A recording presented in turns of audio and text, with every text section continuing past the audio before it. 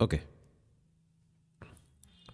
তো আজকে আমাদের যেটা বিষয় সেটা হচ্ছে আমাদের এডুকেশন পেপার 2 এর এডুকেশনাল স্টাডিজ। নিশ্চয়ই তোমরা দেখেছো ইউনিট 1, তোমরা নিশ্চয়ই আশা করি তোমাদের কাছে সবার কাছেই সিলেবাস রয়েছে। সিলেবাসে দেখবে তোমাদের ইউনিট 1-এ রয়েছে এডুকেশনাল স্টাডিজ, ঠিক আছে। এবার এই এডুকেশনাল স্টাডিজের ক্ষেত্রে কিছু কিছু জায়গা থাকে যেগুলো কিনা খুবই ইম্পর্টেন্ট, হ্যাঁ, যেখানে আমাদের তা প্রতিনিয়ত, বিশেষত দর্শন থেকে প্রতিনিয়ত পরীক্ষাতে যদি তোমরা দেখো, প্রতিনিয়ত এখান থেকে প্রশ্ন থাকেই থাকে। মানে কোনোবারও এমন হবে না যে এখান থেকে তোমরা প্রশ্ন পাবে না, ঠিক আছে। এই চ্যাপ্টারটা এতটাই ইম্পর্টেন্ট। যারা যারা আগেও পরীক্ষা দিয়েছো বা আগেও এটা নিয়ে স্টাডি করেছো, তারা এই সম্পর্কে খুব মানে সহজেই আর কি অবগত হবে। এবার বিষয়টা হচ্ছে যে আমাদের এখানে যদি আমরা লক্ষ্য করি, তাহলে টোটাল এই সিলেবাসটা আর একদিনে কমপ্লিট করা সম্ভব নয়, স্বাভাবিক ব্যাপার। আর টোটাল ইউনিটও একদিনে সম্ভব নয়। তো আমরা না কিছুটা পোর্শন রেখেছি আজকে ডেমো ক্লাস হিসাবে। তারপরে যখন আমাদের 30 তারিখ থেকে ক্লাস ফুললি শুরু হচ্ছে, জানুয়ারি 30 তারিখ থেকে যখন ফুললি ক্লাস শুরু হচ্ছে, তখন তো সেটা থাকবেই। তো আমরা কিছুটা অংশ নিয়ে মূলত এখানে আলোচনা করব।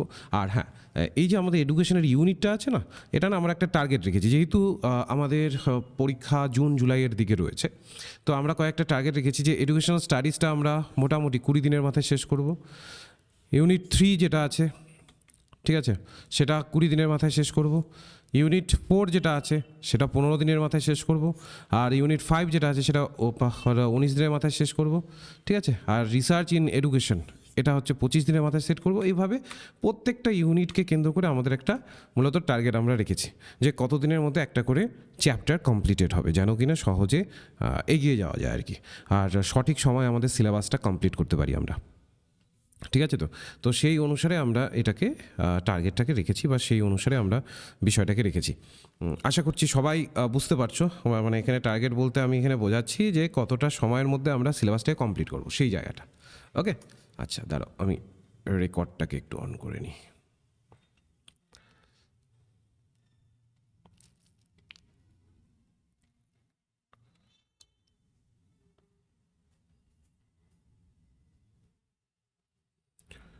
ওকে,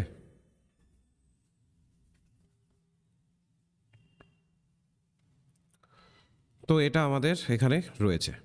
তো এখানে আমরা এই কয়েকটি টপিক তো এখানে আলোচনা করবই। এবার হচ্ছে আমাদের আজকের যেটা বিষয় এডুকেশনাল স্টাডিজের, সেটা হচ্ছে এখানে কী কী বিষয়গুলোকে আমাদের একটু টার্গেট করতে হবে। সেটা হচ্ছে আমরা যদি দেখি contribution of Indian school philosophy, যেমন সাংখ্য দর্শন, বেদান্ত, তারপরে বুদ্ধিজম, জৈনিজম, এগুলোর ওপরে আমাদের একটু টার্গেট করতে হবে, ঠিক আছে। এগুলোর ওপরে একটু বেশি ফোকাস করতে হবে, কারণ এইগুলোর থেকেই প্রশ্ন বেসিক্যালি আসে। এবার যদি আমরা দেখি এই যে ফিলসফির মধ্যে প্রথম একদম শুরু থেকে শুরু যদি করি আমরা ক্লাসটিকে, তাহলে ফিলসফি শব্দটির অর্থটা কী? এই যে ফিলসফি শব্দটা যে আমরা পাই, এটার অর্থটা কী, বা এটা কি খায় না মাথায় দেয়, কী করে এটা? ফিলসফি এক্স্যাক্টলি কী? এর অর্থ হচ্ছে জ্ঞান বা প্রজ্ঞার প্রতি ভালোবাসা, ঠিক আছে। এটা জ্ঞান বা প্রজ্ঞার প্রতি যে ভালোবাসা, সেটা থেকেই এসেছে হচ্ছে ফিলসফি। ওকে, এটি গ্রিক শব্দ ফিলস অর্থাৎ ভালোবাসা, ঠিক আছে। গ্রিক শব্দ কি? ফিলস অর্থাৎ কি? ভালোবাসা। আর হচ্ছে জ্ঞান বা মানে সোফিয়া মানে হচ্ছে প্রজ্ঞা বা জ্ঞান। তো আরেকটা রয়েছে সোফিয়া মানে হচ্ছে প্রজ্ঞা বা জ্ঞান, যেখান থেকে এটা এসেছে বা উদ্ভূত হয়েছে, ঠিক। তো ফিলসফি হচ্ছে জ্ঞান বা প্রজ্ঞার প্রতি যে গভীর আগ্রহ এবং অনুসন্ধান, সেটা নিয়ে যখন আমরা চর্চা করছি, সেটাই হচ্ছে ফিলসফি। এবার পরীক্ষাতে কিন্তু এই ধরনের, বিশেষত এটা নেটে দেবে না, এই ধরনের কোশ্চেন সেটে দিয়ে দেয়, ঠিক আছে। এরপরে দেখো আরেকটা বিষয় রয়েছে। যদি আমরা ফিলসফির মিনিংটাকে আরও ডিপলি নিয়ে যাই, philosophy is a study of general and fundamental problem.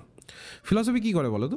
আমাদের যে ফান্ডামেন্টাল প্রবলেমসগুলো আছে, আমাদের যে জেনারেল প্রবলেমগুলো আছে, such as those connected with existence, knowledge, values, reason, mind and language, এই যে সমস্ত কিছুর ওপরে, এইগুলোর ওপরে গুরুত্ব দেয় হচ্ছে ফিলসফি। তাহলে ফিলসফি কী করে? আমাদের জেনারেল এবং ফান্ডামেন্টাল প্রবলেমগুলোর ওপরে, যে একটার অস্তিত্ব কতটা আছে। আমরা অনেক সময় প্রশ্ন করি না, আমি যে আছি, আমি কি আদৌ আছি? ফিলসফিতে দেখবে একটা কমন প্রশ্ন, আমি যে আছি, আমি কি আদৌ আছি? তো এই যে আদৌ থাকার, এই যে অস্তিত্বের যে প্রশ্ন, এই যে নলেজকে কেন্দ্র করে যে প্রশ্ন, এই যে ভ্যালুজকে কেন্দ্র করে যে প্রশ্ন, এটা কিন্তু আমরা ফিলসফির মাধ্যমে কিন্তু তার উত্তরগুলোকে খোঁজার চেষ্টা করি। এমন নয় যে পার্মানেন্ট কোনো একটা উত্তর পেয়ে যাবো বা পার্মানেন্ট কোনো একটা সলিউশন পেয়ে যাবো, হ্যাঁ, তবে এক খোঁজার প্রক্রিয়া চলে। Philosophy is A rational attempt two formulate, understand and answer fundamental questions. Philosophy basically হচ্ছে একটা বাস্তব সম্পর্কিত একটা ফর্মুলেট বা বাস্তব সম্পর্কিত জ্ঞান, যেটা কিনা আন্ডারস্ট্যান্ড করতে, যেটা কিনা যে বিষয়টাকে আন্ডারস্ট্যান্ড করতে, অ্যান্সার দিতে এবং এই ফান্ডামেন্টাল কোশ্চেন্সগুলোর সঠিক অ্যান্সার দিতে সেটা আমাদের সহায়তা করে। তাহলে আবারও রিপিট করছি, ফিলসফি কী আমাদের? একটা হচ্ছে বাস্তব সম্পর্কিত জ্ঞান, বাস্তবে কি রয়েছে সেই সম্পর্কিত একটা জ্ঞান হচ্ছে আমাদের ফিলসফি। ওকে, বেশ। এবার যদি আমরা ক্যারেক্টারিস্টিক্স দেখি, সেটা হচ্ছে ফিলসফি যে related to knowledge of reality, বাস্তবতা ও সত্যের অনুসন্ধানের প্রেক্ষিতে এটা কিন্তু করা হয়ে থাকে, বা বাস্তবতা বা সত্যের অনুসন্ধানের প্রেক্ষিতে এটাকে আমরা দেখে থাকি। যদি আমি একটু তোমাদের বোঝাই, নলেজটা কি রয়েছে? নলেজ অফ রিয়ালিটি, বাস্তবের সম্পর্কে জ্ঞান। যেমন একটা পেন ধরে নাও আমার হাতে আছে, এই যে পেনটা আমার হাতে আছে, এটার কি ধরনের তার অস্তিত্বটা রয়েছে, এটা প্লাস্টিক দিয়ে তৈরি না কি দিয়ে তৈরি, এই যে একটা বাস্তবতা, সেই বাস্তবতাকে কেন্দ্র করে বিভিন্ন ধরনের প্রেক্ষিতগুলোকে সামনে রেখে, যত ধরনের প্রেক্ষিত আসতে পারে সেই জায়গার ভিত্তিতে আমরা ওর রিয়ালিটিটাকে বোঝার চেষ্টা করি। Philosophy helps all finding the truth. বলেছে এটা সবসময় কি করে? এটা হেল্প করে মূলত সত্যকে অনুসন্ধান করতে, সত্যের পর্যায়কে ধরতে, সত্যকে অনুসন্ধান করতে আমাদের সহায়তা করে। Philosophy may be conservative, traditional and flexible in nature. বলেছে ফিলসফি এমন হতে পারে যে এটা কনজারভেটিভ হতে পারে, ঠিক আছে, এটা ট্রেডিশনাল হতে পারে। এবার কনজারভেটিভ বলতে কী বুঝি? যেমন পুরনো ভাবধারা যখন আমরা মান্যতা দিয়ে চলি, একই রকম ভাবধারা হয়তো বা আগেও ছিল, এখনও আছে, এই ধরনের ভাবধারা যখন মান্যতা দিয়ে চলার কথা বলা হবে তখন ওটাকে বলি আমরা কনজারভেটিভ। সেই ভিত্তিতে এটা ট্রেডিশনালও হতে পারে, ঠিক আছে। তো যেমনটা আমাদের নর্মাল ট্রেডিশন রয়েছে, সেই ট্রেডিশন অনুসারে যে কোনো একটা ভাবধারাকে কেন্দ্র করে হচ্ছে সেটাও হতে পারে। এবং তার সাথে সাথে একটা ফ্লেক্সিবলও হবে। ফ্লেক্সিবল মানে কি? নমনীয়, অর্থাৎ তেমনি প্রয়োজনে নমনীয়, মানে যখন যেটা যেভাবে দরকার, রিকোয়ারমেন্ট রয়েছে সেই হিসাবে নমনীয়তা সেই ভিত্তিতে থাকবে। যেমন ধরে নিচ্ছি যে এখনকার বাস্তবের প্রেক্ষিতে একটু বিষয়টাকে, কোনো একটা বিষয়টাকে একটু বাস্তবের মাটিতে দাঁড়িয়ে সেটাকে অ্যানালাইসিস করা ভালো। যেমন ধরে নিচ্ছি এখনকার দিনে সব থেকে বেশি প্রবলেম হচ্ছে মূল্যবোধের সংকট। এখন বাস্তব মানে এই যে আমরা 2026-এ দাঁড়িয়ে আছি, দেখবে সব থেকে বেশি প্রবলেম হচ্ছে মূল্যবোধের সংকট, তাই না? আমাদের মধ্যে ভ্যালুস হারিয়ে যাচ্ছে। তো ফিলসফি কী করবে? মূলত নানাভাবে যখন যেটাকে যেভাবে অ্যানালাইসিস করার প্রয়োজন হবে সেইভাবে সেটাকে অ্যানালাইসিস করবে। ওকে, মানে একটা এমন থাকবে না যে একটা কনজারভেটিভ ওয়েতেই থাকবে যে না ওই আগে যেমনভাবে করতো ওইভাবেই তাকে কনস্ট্যান্ট করে যেতে হবে, এমনটা নয়। যখন যেটা যেমনভাবে মনে হবে সেই হিসাবে সে করতে পারে। The idea of philosophy are relevant and meaningful. বলেছে আইডিয়াস অফ ফিলসফি, আমাদের যে আইডিয়াসগুলো থাকবে ফিলসফির, ঠিক আছে, তো এটা সবসময় কি থাকবে? রিলেভেন্ট হবে এবং মিনিংফুল হবে, অর্থাৎ প্রাসঙ্গিকতা যেন সবসময় যুক্ত থাকে।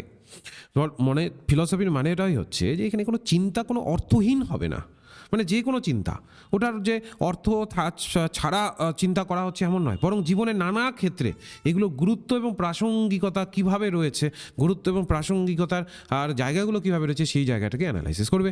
Philosophy deals with the nature of reality. Philosophy কী করে? ওই যে একটু আগে আমরা বললাম, আমাদের রিয়ালিটি, বাস্তবের যে নেচারটা আছে, প্রকৃতিটা আছে, সেইটাকে ধরার চেষ্টা করে। এরপরে বলেছে philosophy is that which find out different sense forget way of knowledge. বলেছে ফিলসফি সেটাকেই আমরা বলি is that which find out, যেটা কিনা ফাইন্ড আউট করে different sense forget the way of knowledge. আমাদের নলেজটা কিভাবে আমরা পাবো বা আমরা নলেজটাকে কিভাবে পেতে পারি সেই জায়গাগুলো, আমাদের মনের ভেতরে সুপ্ত বোধগুলোকে জাগিয়ে তোলে এবং সঠিক জ্ঞান অর্জনের বিভিন্ন পথ আমাদের জন্য খুঁজে বের করে দেয়। Philosophy is that which is always dynamic. এবার দুটো অ্যাসপেক্ট এখানে পাবে, একটা হচ্ছে ডাইনামিক আর একটা হচ্ছে স্ট্যাটিক। স্ট্যাটিক মানে হচ্ছে স্থির আর ডাইনামিক মানে হচ্ছে গতিশীল প্রক্রিয়া। অর্থাৎ ফিলসফি নিয়ে যখন দর্শনশাস্ত্র নিয়ে যখন চর্চা হবে বা দর্শনশাস্ত্রকে বেস করে নিয়ে যখন চর্চা হবে সেটা কিন্তু পরিবর্তনশীলতার মধ্য দিয়ে চলবে, ঠিক আছে? তো শুধু বইয়ে মানে একটা পার্টিকুলার বইয়ের ভিত্তিতে কোনো একটা বিষয়কে পড়লাম এমনটা নয়, ওটার মধ্যে চেঞ্জেস কিন্তু আসতে থাকবে। একটা জিনিসকে ভাবছি আজকে, আমি একটা বিষয়কে ভাবছি একভাবে, হয়তো বা মনে হতে পারে 10 দিন পরে আরও ওটার মধ্যে আরও কিছু চেঞ্জেস আমার মনে হলো। তো এটা থট প্রসেসটা এটা ডাইনামিক ওয়েতে থাকে। Philosophy provided different direction for the modification of behavior. আমরা যখন স্টুডেন্টদের পড়াবো, ঠিক আছে, তো ফিলসফিক্যাল এসপেক্টের মাধ্যমে যদি আমরা তাদেরকে পড়াই বা ফিলসফিকে মাথায় রেখে যদি আমরা পড়াই, তাহলে কী হবে, তাহলে ডিফারেন্ট ডিরেকশন এবং মডিফিকেশন করার কিন্তু সম্ভাবনা থাকবে তাদের বিহেভিয়ারগুলোকে, তাদের যে আচরণ আছে সেটাকে কিন্তু আমরা মডিফাই করতে পারবো। In relationship between atma and paratma can be possible only process philosophy. বলেছে এই যে আমরা বলতে পারি যে এই যে আত্মা বা পরাত্মা যেটাকে বলি থাকে, যে মানুষের সত্তা, আত্মা হচ্ছে মানুষের সত্তা, পরাত্মা হচ্ছে মূলত সৃষ্টিকর্তা বা মহাজাগতিক শক্তি যেটা আমরা পাচ্ছি তাকে বোঝাচ্ছে। এই ফিলসফি কী করে, এই যে আত্মা এবং পরাত্মা এই দুটোর মধ্যে সম্পর্ককে স্থাপন করে। আমাদের যে দার্শনিক প্রক্রিয়াটা আছে না, এটার মধ্যে না গভীর আধ্যাত্মিক সংযোগ কিন্তু বোঝা সম্ভব। আমরা একটা সংযোগ বুঝতে পারবো যে আত্মা কী, পরমাত্মা কী। ওকে, বলছে it is deal with the process of conceptualism. বলেছে এটা কি করে, এটা বেসিক্যালি এই ফিলসফি কী করে, এটি মূলত আমাদের বিমূর্ত ধারণা নিয়ে কাজ করে। এবার দেখো, এই দুটো ধারণা থাকে, একটা হচ্ছে মূর্ত আর একটা থাকে বিমূর্ত। বিমূর্ত ধারণা কি বলতো, যেটাকে আমরা মূলত টাচ করে বোঝাতে পারি না। মূর্ত হচ্ছে যেগুলো টাচ করে বোঝাতে পারি, যেমন আমার হাতে একটা মোবাইল ফোন আছে, আমি টাচ করে মূলত এই সম্পর্কে ধারণা দিতে পারবো। আর বিমূর্ত ধারণা হচ্ছে যেটা আমরা টাচ করে বোঝাতে পারি না। যেমন ধরে নিচ্ছি যে আমি যদি বলি যে সত্যতা, বা যদি বলি কল্পনা শক্তি, বা যদি বলি যে আইডিয়ালিজম, এই যে টার্মগুলো ইউজ করলাম, এগুলো কি তুমি টাচ করে এই টার্মগুলোকে টাচ করে এর বলতে কী বোঝায় এগুলোকে ধরতে পারবে না, ওগুলোকে তোমাকে কল্পনা করতে হবে। তো ওর জন্য বলেছে যে ফিলসফি সবসময় প্রসেস অফ কনসেপচুয়ালিজমের ওপরে গুরুত্ব দেয়, অর্থাৎ বিমূর্ত ধারণা নিয়ে কাজ করে। কোনো বিষয়কে কেবল মানে উপরভাবে দেখবে না, বরং তার পেছনে মূল ধারণা কি আছে, যুক্তি কি আছে, সেগুলোকে বিশ্লেষণ করাই কিন্তু হচ্ছে ফিলসফির কাজ। এবার আমি তোমাদের বলতে পারি, যারা আজকে ধরে নিচ্ছি তোমরা কেউ ব্যাচে, অনেকেই হয়তো বা ধরে নিচ্ছি যে ব্যাচে অ্যাডমিশন নিলে না, তবুও এই কয়েকটা পয়েন্ট যদি একটু মাথায় রাখো, এই চ্যাপ্টারটার এইখান থেকে যদি প্রশ্ন আসে, এই কয়েকটা পয়েন্টের বাইরে প্রশ্ন আসবে না, এইটুকু আমি বলে দিতে পারি। ঠিক আছে? তো কারণ এইভাবেই আমাদের নোটগুলো তৈরি থাকে। তো একটুখানি তোমরা এটাকে লিখে নেবে। আচ্ছা, এরপরে ব্রাঞ্চেস অফ ফিলসফি। ফিলসফির অনেক ধরনের ব্রাঞ্চেস আছে যেগুলো নিয়ে প্রতিনিয়ত চর্চা হয়।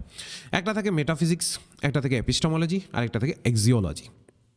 মেটাফিজিক্সের মধ্যে আমরা পেয়ে যাচ্ছি কি থিওলজি, অন্টোলজি, কসমোলজি, কসমোগনি। আর এদিকে এপিস্টেমোলজি তো হচ্ছে থিওরি অফ নলেজ, একটা নলেজের যে ধারণা সেটা আমরা এপিস্টেমোলজি ধরছি। আর এক্সিওলজি হচ্ছে ভ্যালু থিওরি, ভালো কি মন্দ এই অর্থে মূলত ভ্যালু থিওরি তৈরি করে। বেশ, তো প্রথমে আমরা আসি থিওলজি। এগুলো আমি ডিটেলসে পড়াচ্ছি, কিন্তু একটু ছোট্ট করে এগুলো না ধরলেই মানে না ধরলেই নয় আর কি, একটু ছোট্ট করে এগুলোকে ধরতে হবে। থিওলজি যদি দেখি, theology is a study of religious belief. যেমন এই যে ভগবান, আল্লাহ, গড যেই নামে ডাকি না কেন, তো ফিলসফি যখন কিনা এই যে গড, আল্লাহ, ভগবান এগুলোর দিয়ে যখন আমরা কোনো একটা বিষয়কে দেখার চেষ্টা করি, সেটা হচ্ছে থিওলজিক্যাল পার্সপেক্টিভে দেখছি।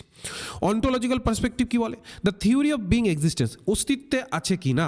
যেমন ধরে নিচ্ছি তুমি একটা কোনো বিষয় নিয়ে রিসার্চ করছো, ঠিক আছে, ও যে বিষয়টা নিয়ে তুমি রিসার্চ করছো ওটা আদৌ কি অস্তিত্বে রয়েছে, আদৌ কি ওটার অস্তিত্ব রয়েছে, ওটা কি আমরা ওটার মধ্যে কোনো চেঞ্জেস দেখতে পাচ্ছি। তো এটা অন্টোলজি নিয়ে মূলত কাজ করে। যেমন ধরে নিচ্ছি তুমি গ্লোবাল ওয়ার্মিং নিয়ে কাজ করছো বা রিসার্চ করছো, তাহলে গ্লোবাল ওয়ার্মিং বলে কনসেপ্টটা আদৌ কি অস্তিত্বের মধ্যে রয়েছে, এটা অন্টোলজিক্যাল অ্যাপ্রোচের মাধ্যমে দেখা হবে। আরেকটা থাকে হচ্ছে কসমোলজি, বলছে study of structure, origin, evolution and ultimate fate of the universe. এই যে আমাদের ইউনিভার্স আছে, এই যে আমাদের ব্রহ্মাণ্ড আছে, এটা স্ট্রাকচার কীভাবে হয়েছে, এটা তৈরি কীভাবে হয়েছে, এটার উৎসটা কোথায়, কীভাবে এটা মানে এভলিউশনের মাধ্যমে এগিয়ে গেল, এই সমস্ত কিছু নিয়ে চর্চা করছে হচ্ছে কসমোলজি।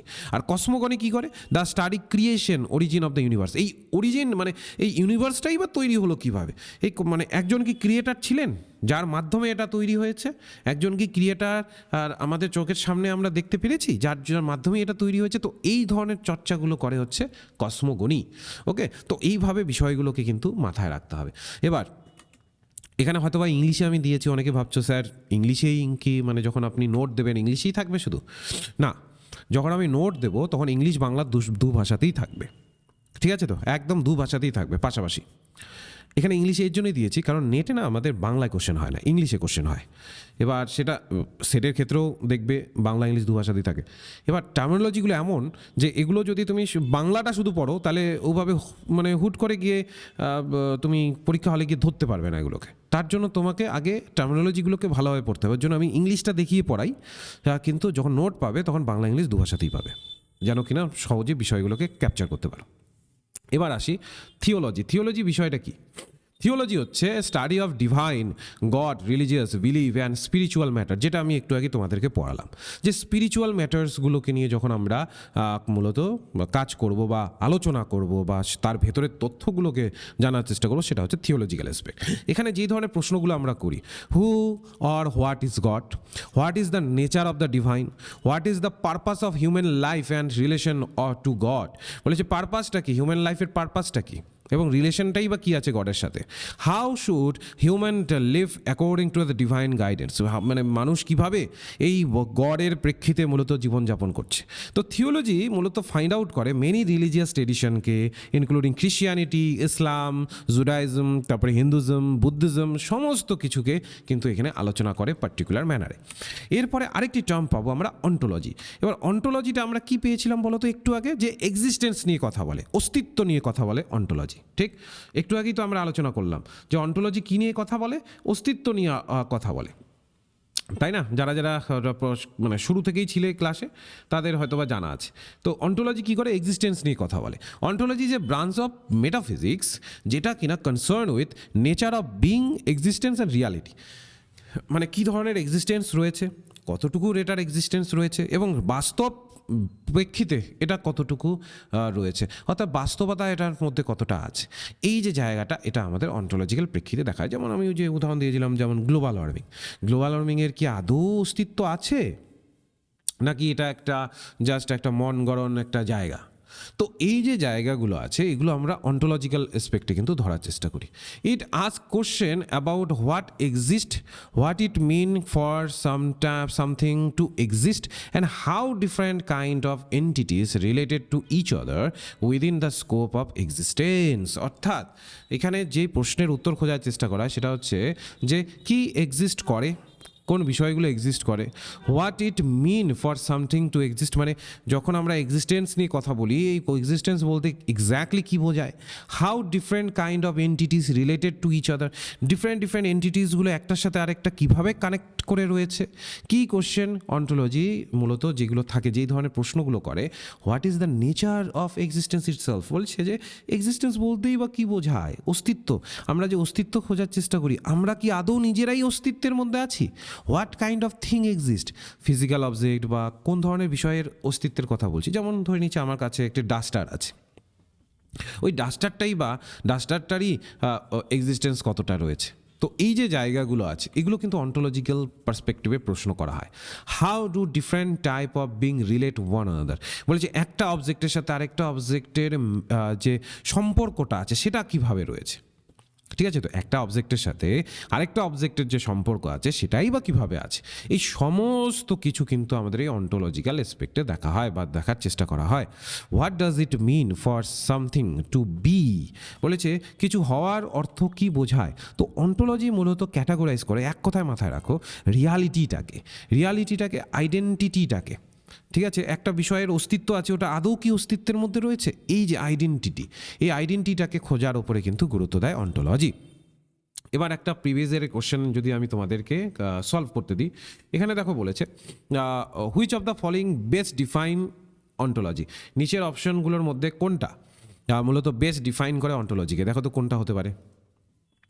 এটা যতদূর সময় 2024-এর দিকে এসেছিল। দেখো তো কোনটা হতে পারে, কোনটা সঠিক অ্যান্সার হতে পারে, লিখে জানাবে সবাই। দেখা তো পারো কিনা। Which of the following is a best defines ontology, নিচের অপশনগুলোর মধ্যে কোনটার থ্রুতে আমরা বেস্ট থেকে বেস্ট ম্যানারে অন্টোলজিটাকে ডিফাইন করতে পারি। এবার আমি আজকেই পড়ালাম অন্টোলজি মানে কি পড়ালাম, এক্সিস্টেন্সকে দেখে, তাই না, এক্সিস্টেন্সকে গুরুত্ব দেয় কি, তাই তো। তো এই ভিত্তিতে যদি আমরা দেখি তাহলে কি হবে বলো দেখি সবাই।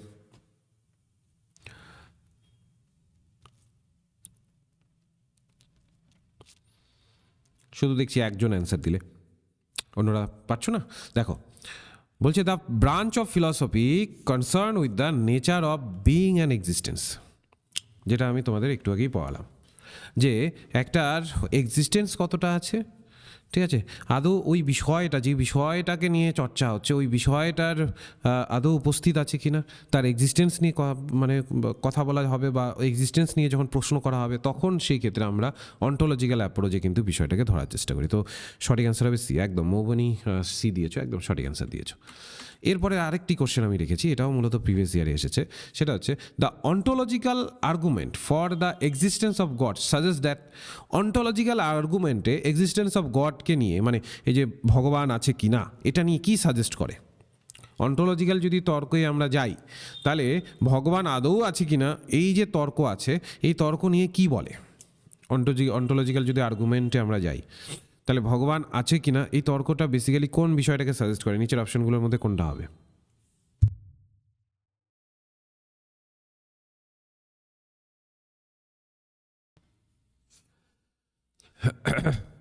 একটু ট্রিকি কোশ্চেন, এটাও প্রিভিয়াস ইয়ারই এসেছিল। দেখো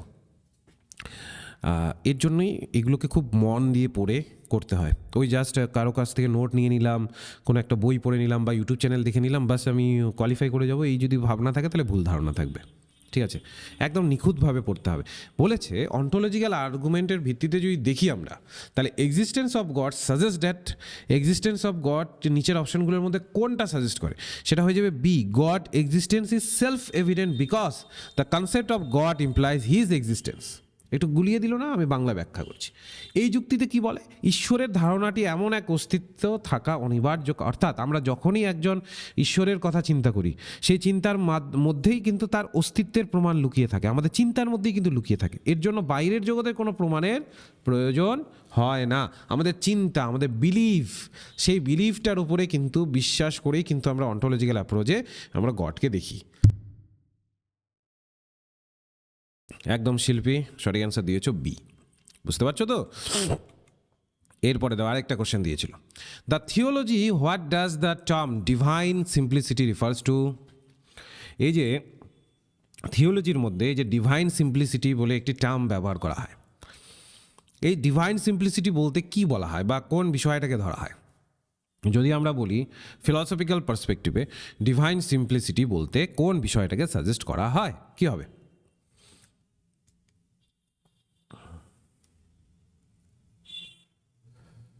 কি হবে, এটা সঠিক অ্যান্সার হবে the doctrine that God's essence is identical to his attribute meaning he is not composed of part. এটি একটি বিশ্বাস যা বলে ঈশ্বর কোনো আলাদা অংশ বা উপাদান দিয়ে তৈরি নন, তার সত্তা এবং তার গুণাবলী অভিন্ন। ঈশ্বর এবং তার ক্ষমতা বা জ্ঞান আলাদা কিছু নয়, তিনি নিজেই এক অখণ্ড এবং অবিভাজ্য সত্তা, যেটাকে আমরা ভাগ করতে পারি না। সমস্ত কিছুর মধ্যেই ঈশ্বর আছেন, এর জন্য বলা হয় ডিভাইন সিম্পলিসিটি। বুঝতে পারলে তো। তো এই জায়গাগুলোতে কিন্তু প্রশ্ন আসে। এবার দেখো, which of the following is a best describe the relationship between theology and ontology. নিচের অপশনগুলোর মধ্যে কোনটার থ্রুতে আমরা বেস্ট ডিসক্রাইব করতে পারবো থিওলজি আর হচ্ছে অন্টোলজির মধ্যে যদি পার্থক্য খোঁজার চেষ্টা করা হয়, তাহলে নিচের অপশনগুলোর মধ্যে দিয়ে কোনটার দ্বারা আমরা এটাকে ডিফাইন করতে পারবো, কোনটা হবে বলো, কে হতে পারে।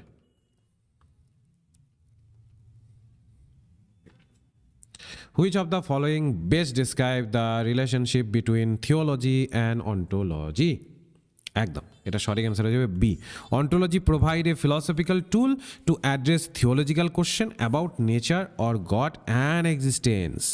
ঠিক আছে, তো অবশ্যই এখানে আমরা এখানে বি নম্বরটা সঠিক অ্যান্সার পেয়ে যাবো, কারণ হচ্ছে অন্টোলজি কী করে, আমাদের দার্শনিক যুক্তি বা পথ দেখায়, ঈশ্বরের স্বরূপ কী বা তার অস্তিত্বের প্রকৃতিটা বা কেমন, সেই সমস্ত কিছুকে ধরার একটা রাস্তা দেখায় আমাদেরকে।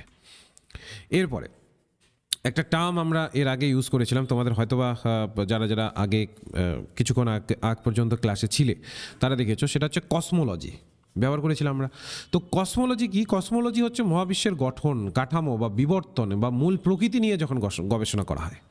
আবারও বলছি তাহলে কসমোলজি বলতে কি বোঝায়, যখন আমরা মহাবিশ্বের গঠনকে নিয়ে, মহাবিশ্বের গঠনটা কেমন তার কাঠামোকে নিয়ে, তার কাঠামোটা কেমন, মানে স্ট্রাকচারটা কেমন, তার বিবর্তন মানে এভলিউশনটা কেমন, এই যে জায়গাটা আছে, এর মূল প্রকৃতি নিয়ে যখন একটা গবেষণা করা হবে তখন সেটাকে কসমোলজি বলে। এটি মহাবিশ্বের বর্তমান অবস্থা, তার উন্নয়নের ইতিহাস এবং ভবিষ্যৎ কী হতে পারে তা নিয়ে আলোচনা করে। এটা কী নিয়ে আলোচনা করে? কসমোলজি মহাবিশ্বের গঠন নিয়ে আলোচনা করে, কাঠামো নিয়ে আলোচনা করে, বিবর্তন নিয়ে আলোচনা করে, এবং তার সাথে সাথে এর মূল প্রকৃতিটা কী ধরনের হবে সেই প্রকৃতিটাকে কেন্দ্র করে কিন্তু এই কসমোলজির ভিত্তিতে আলোচিত হয়। কসমোলজি কী প্রশ্ন করে? মহাবিশ্ব কীভাবে গঠিত হলো, মহাবিশ্বের বিভিন্ন উপাদান কী কী, মহাবিশ্বের বয়স কত, মহাবিশ্বের ভবিষ্যৎ কী হতে পারে, এই সমস্ত বিষয় নিয়ে কসমোলজি প্রশ্ন করে। আরেকটা টার্ম পাবে যেটাকে বলে কসমোগনি। এটা মহাবিশ্বের উৎপত্তি নিয়ে গবেষণা। এটা কি? উৎপত্তি নিয়ে গবেষণা। এটি মহাবিশ্ব কিভাবে কখন শুরু হয়েছে তা বোঝার চেষ্টা করে। যে এই যে মহাবিশ্ব আমরা দেখতে পাচ্ছি, এটা শুরুটা কোথায়? এটার কিছু তো একটা শুরু আছে। এমনি হঠাৎ করে চলে আসলো এবং আমাদের সামনে এসেও তো মানে সামনে চলে আসলো, ব্যাস হয়ে গেল, এমন তো নয়। নিশ্চয়ই এটার একটা শুরু আছে। তো এই জায়গাটাকে, এই শুরুটাকে ধরার চেষ্টা করে। কসমোগনি প্রশ্ন করে যে মহাবিশ্বের সৃষ্টির প্রাথমিক ঘটনা কী ছিল। মহাবিশ্বে যখন সৃষ্টি হয় তখন প্রাথমিক ঘটনা কী ছিল? যেমন বিগ ব্যাং থিওরি কীভাবে মহাবিশ্বের উৎপত্তি ব্যাখ্যা করে, মহাবিশ্বের সৃষ্টির প্রক্রিয়াটাই বা কী ছিল, এই সমস্ত কিছু কিন্তু আমরা এই কসমোগনির প্রেক্ষিতে ধরার চেষ্টা করি। ঠিক আছে? তো এবার যদি আমরা মেইন ব্রাঞ্চেসগুলোকে দেখি আমাদের ফিলসফির, তো আমরা যদি প্রথমে দেখি, প্রথমে পেয়ে যাব এপিস্টেমোলজি। এপিস্টেমোলজি কি বলে? Philosophy is A search for knowledge. Philosophy কি? জ্ঞানের অনুসন্ধান। এই সার্চটা ক্রিটিক্যাল সার্চ, মানে এমন নয় যে সামনাসামনি যা আছে জাস্ট ওই অ্যাজ ইট ইজ সেটাকে ধরে নিলাম, না, ক্রিটিক্যালি বিষয়গুলোকে ভাবার চেষ্টা করা হয়। আমরা কিভাবে কোনো কিছু জানি এবং জ্ঞানের সীমা কতটুকু তা নিয়েই এই এপিস্টেমোলজি কিন্তু কাজ করে। এটির মূল কাজ যদি বলি কি, এটি মানুষের জানার ক্ষমতা নিয়ে প্রশ্ন তোলে। আমরা যা জানি তা কি সত্যি নাকি ভ্রম, এইটা হচ্ছে এপিস্টেমোলজির কাজ। আমরা যেটা জানছি ওটা কি আমরা ভ্রমের থ্রুতে জানছি নাকি সত্যি সত্যি যেটা জানছি ওটাই সত্য, এইটা এপিস্টেমোলজির মাধ্যমে ধরা হয়। এবার এটার মধ্যে আরেকটা বিষয় থাকে, সেটা হচ্ছে সত্য মিথ্যার মধ্যে যে পার্থক্য সেটাকে আমরা ধরার চেষ্টা করি। আবারও রিপিট করছি, এখানে কি ধরার চেষ্টা করি? সত্য এবং মিথ্যার মধ্যে যে পার্থক্য, জ্ঞানের যে বৈধতা আছে এবং জ্ঞাতা বা জ্ঞেয় এর সম্পর্কটা কি, এইটাকেও ধরার চেষ্টা করা হয় কিন্তু এই এপিস্টেমোলজির মাধ্যমে। এটা মাথায় রাখবো। আমরা দর্শন চর্চা শুরু করলে এটা খুবই দরকার যে আমরা কি বিষয় নিয়ে চর্চা করছি। তো এপিস্টেমোলজি সেই জায়গাটাকে খোঁজার চেষ্টা করে। তাহলে এক কথায় যদি পরীক্ষায় জিজ্ঞেস করে এপিস্টেমোলজি কি, তাহলে কি? জ্ঞানের অনুসন্ধান, সঠিক জ্ঞানের অনুসন্ধান। আর এই অনুসন্ধানটা শুধু ওপর নয়, বরং গভীর থেকে গভীরতরভাবে অনুসন্ধান করে বিভিন্ন তথ্যগুলোকে বের করে নিয়ে আসা। ঠিক, এটা গেল এপিস্টেমোলজি। এবার হচ্ছে মেটাফিজিক্স। মেটাফিজিক্স কি বলে? মেটাফিজিক্স বা অধিবিদ্যা যদি বলি আমরা, এটা হচ্ছে বেসিক্যালি বাস্তবতাটাকে দেখে। ওকে, তো বাস্তবতার এটা কীভাবে কাজ করে দেখো, এটি আমাদের বলতে পারি যে এটার মূল যে প্রশ্ন করে বা মূল জায়গাটাকে যেটা টার্গেট করে সেটা হচ্ছে জগৎ কি দিয়ে তৈরি, ঈশ্বর কি আছেন, সৃষ্টির উদ্দেশ্য কি, জগৎ একটাই নাকি অনেক, এই সমস্ত বিষয়গুলোকে নিয়ে মেটাফিজিক্স চর্চা করে। পরীক্ষায় কিন্তু আসে যে মেটাফিজিক্স কী ধরনের বিষয় নিয়ে চর্চা করে, বা মেটাফিজিক্যাল ওয়ে আমরা যদি চর্চার দেখি তাহলে কোন ভিত্তিতে দেখতে পারবো। তো মেটাফিজিক্স সবসময় এটা মেইন ব্রাঞ্চ অফ ফিলসফি। এটা বেসিক্যালি সায়েন্স অফ রিয়ালিটি বলতে বোঝায়, বাস্তবতার বিজ্ঞান বোঝায়।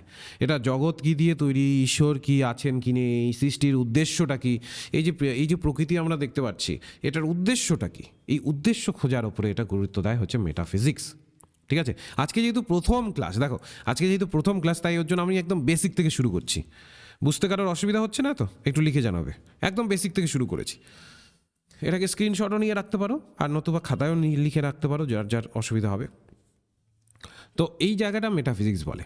ওকে, বেশ। এরপরে পেয়ে যাই আমরা এক্সিওলজি। এক্সিওলজি কি বলে? এক্সিওলজি বলে যে এক্সিওলজি কি বলে? এক্সিওলজি কি ভ্যালু থিওরি বলা হয়, তাই না? মূল্যবোধের বিচার যখন আমরা করি এক্সিওলজির মধ্যে, মূলত আমরা অনেক সময় দেখি না, অনেক কাজ যখন আমরা করি আমরা যাচাই করি তো, যে আচ্ছা এই কাজটা করা কি আমার ঠিক হবে, এটা কি করাটা কি আমার জন্য পারফেক্ট নাকি নয়, এটা যদি আমি করি এটার কী ধরনের কনসিকোয়েন্সেস আসতে পারে। আমরা ভাবি তো যে কাজটা ভালো করছি কি খারাপ করছি। এই যে ভালো খারাপ, এই যে ভ্যালুটা, এইটাকেই দেখে হচ্ছে এক্সিওলজি। এটা অনেকভাবে দেখা যেতে পারে, যেমন হচ্ছে এথিক্সের থ্রুতে দেখা যেতে পারে, হ্যাঁ, তারপর হচ্ছে অ্যাস্থেটিকের থ্রুতে দেখা যেতে পারে, তারপর লজিকের থ্রুতে দেখা যেতে পারে। এথিক্স মানে কি নীতিবিদ্যা, ঠিক আছে তো। তারপরে অ্যাস্থেটিক মানে কি নান্দনিকতা, আর লজিক তো জানোই তর্ক শাস্ত্র বলে, তো অনেক সময় তর্কবিদ্যাও বলি আমরা। তো এথিক্স কী ধরনের বিষয়কে কাজে লাগায়, কোনটি ভালো আর কোনটি মন্দ, কোনটি সঠিক আর কোনটি ভুল, এটা বিচার করে হচ্ছে এথিক্স। আর অ্যাস্থেটিক যেটা আছে, এই যে অ্যাস্থেটিক কী বিচার করে, অ্যাস্থেটিক যেটা বিচার করে সেটা হচ্ছে সৌন্দর্যের সংজ্ঞা কী, অর্থাৎ শিল্প এবং প্রকৃতির যে সৌন্দর্য আমরা কিভাবে উপলব্ধ করি, এখানে আলোচনা করা হয়। যেমন জগৎকে তুমি দেখছো, এই যে গোলাপ বা যত ধরনের ফুল দেখছো তুমি, এই সৌন্দর্য কোথা থেকে এলো, প্রকৃতি এত সুন্দর কিভাবে হতে পারে, এইগুলো নিয়ে যখন আমরা চর্চা করবো সেটা নান্দনিকতা বোঝায় বা অ্যাস্থেটিক্স বোঝায়। আরেকটা হচ্ছে লজিক, সত্যকে খোঁজার পদ্ধতি, ঠিক আছে তো। লজিক কি, সত্যকে খোঁজার পদ্ধতি, একদম সত্যকে ভেতর থেকে যখন আমরা খুঁজে বের করে নিয়ে আসার চেষ্টা করব। এটি মূলত যুক্তি, সংজ্ঞা, বিচার বুদ্ধি নিয়ে কাজ করে, যাতে আমাদের ভুল সিদ্ধান্ত না নিই আমরা, বা ভুল সিদ্ধান্ত যেন আমাদের কোনোভাবেই না নেওয়া হয়, এই জায়গাটার ওপরে কিন্তু এটা গুরুত্ব দেয় আমাদের এই লজিক সিস্টেমটা। ওকে, তো এটা কিন্তু মাথায় রাখবো। এবার আমরা যদি দেখি ইন্ডিয়ান ফিলসফিটাকে যদি দেখি, কোন সময় আমরা কী ধরনের শাস্ত্র পেয়েছি, যেমন বৈদিক পিরিয়ড যদি দেখি আমরা, 2500 বিসি থেকে 600 বিসি এপিক পিরিয়ড ছিল, ঠিক আছে তো, যখন আমরা 600 বিসি থেকে 200 এডি পর্যন্ত পেয়েছিলাম। সূত্র পিরিয়ড ছিল, হ্যাঁ, যেখানে আমরা 200 এডি থেকে 600 এডির মধ্যে পেয়েছিলাম। তারপরে স্কলারলি পিরিয়ড ছিল, যেটা কিনা 600 এডি থেকে 1700 এডি, এটা একটু মুখস্থ করে নেবে। আর মডার্ন পিরিয়ড হচ্ছে 1700 থেকে এখনকার সময়, ঠিক আছে তো। তো এই ধরনের শাস্ত্রগুলোকে কিন্তু এই সময়কালে আমরা পেয়েছিলাম। বেশ, এবার আমরা ইন্ডিয়ান ফিলসফির যে স্কুল অফ ইন্ডিয়ান ফিলসফি আছে সেগুলোকে একটু ধরার চেষ্টা করব, ঠিক। তো আমরা যদি ইন্ডিয়ান ফিলসফিটাকে দেখি, মূলত এখানে দুটো আমরা ধারা পাই, একটা হচ্ছে অর্থোডক্স যেটাকে বলে আস্তিকা, আর একটা পেয়ে যাই আমরা হেট্রোডক্স যেটাকে বলে নাস্তিকা, ঠিক আছে। অর্থোডক্সটাকে যদি আমরা ভাগ করি, এটা আস্তিকা যদি আমরা এটা দেখি, তাহলে সাংখ্য, ন্যায়া, তারপরে হচ্ছে বৈশেষিকা পেয়ে যাচ্ছি, আর এখানে যোগা, মীমাংসা, বেদান্ত পেয়ে যাচ্ছি। আর হেট্রোডক্স বা নাস্তিকের মধ্যে আমরা পেয়ে যাচ্ছি চারবাক, জৈন আর বুদ্ধ, ঠিক আছে তো। এবার এই অর্থোডক্স আর হেট্রোডক্স এগুলো কিসের উপরে ভিত্তি করে নির্ভর করে, এটা হচ্ছে বেদকে কারা মানছে কি মানছে না। হেট্রোডক্স তারাই যারা কিনা বেদকে মানেন না, আমাদের বেদকে যারা মানেন না, তাদেরকে আমরা হেট্রোডক্স স্কুল অফ থটের অন্তর্ভুক্ত করে থাকি। ওকে, বেশ। এবার যদি আমরা ইন্ডিয়ান ফিলসফিক্যাল স্কুলকে দেখি, আমাদের যে ভারতীয় যে দর্শনের যে স্কুল অফ থটগুলো আছে সেটা যদি দেখি, তো there were 9 school of thought in Indian philosophy. তো আমরা মূলত সেখানে দেখতে পারবো যে 9খানা টোটাল ইন্ডিয়ান ফিলসফিতে আমরা দেখতে পারবো স্কুল অফ থট রয়েছে। Since ancient times Indian philosophy has been categorise into astika and nastika school of thought. The orthodox school of Hindu philosophy have been called শ্বেত দর্শন, যেটাকে আমরা সিক্স সিস্টেমের অন্তর্ভুক্ত করে থাকি। তো বেসিক্যালি এখানে ওই যে আমি যে চারটা একটু আগে দেখালাম না, যেখানে কিনা দুটো ভাগ করছি আমরা আস্তিক আর নাস্তিক, তো সেই জায়গাটাকে এখানে বলছি। আস্তিক school that accept that authority of Vedas, অর্থাৎ বেদকে অনুসরণ করে যারা চলে, যে স্কুল অফ থট বেদকে অনুসরণ করে চলে, তাদেরকে আমরা বলি আস্তিক, ঠিক আছে। আর নাস্তিক কাদেরকে বলি আমরা, যারা কিনা রিজেক্ট করে বেদকে অনুসরণ করে যারা চলে না, তাদেরকে আমরা বলি নাস্তিক। ওকে, বেশ। এবার হচ্ছে অর্থোডক্স স্কুল অফ থটের মধ্যে যদি আমরা দেখার চেষ্টা করি, প্রথমে আসছে ন্যায় দ্য স্কুল অফ লজিক, তারপরে বৈশেষিকা আসছে the atomic school of logic, তারপরে হচ্ছে সাংখ্য দ্য এনুমেরেশন স্কুল, তারপরে আমরা পেয়ে যাই যোগা, তারপরে পেয়ে যাব পূর্ব মীমাংসা, তারপরে পেয়ে যাব বেদান্ত, ঠিক আছে। তো এই সবগুলোকে আমি ধীরে ধীরে এক্সপ্লেন করব, জাস্ট একটুখানি তোমাদের বেসিকটাকে ধরিয়ে দিচ্ছি। হেট্রোডক্সের মধ্যে চারবাক পেয়ে যাই, বুদ্ধিজম পেয়ে যাই, জৈন ফিলসফি পেয়ে যাই, ঠিক আছে। এরা কিন্তু বেদকে মানে না, তো এই হিসাবে আমরা পাই। এবার যদি দর্শন আমরা দেখি, দেখো এখানে আমরা লক্ষ্য করব এই যে বৈশেষিক দর্শন যদি দেখি, এটা কানাডা এনেছিলেন। সায়েন্স অফ লজিক, এটা হচ্ছে ফুটিলিটি অফ মায়ার উপরে বেস করে কিন্তু এখানে ধরা হতো। ন্যায় হচ্ছে গৌতম এনেছিলেন, লজিক্যাল কোয়েস্ট অফ গডের মানে লজিকের ভিত্তিতে গডকে ধরার জন্য।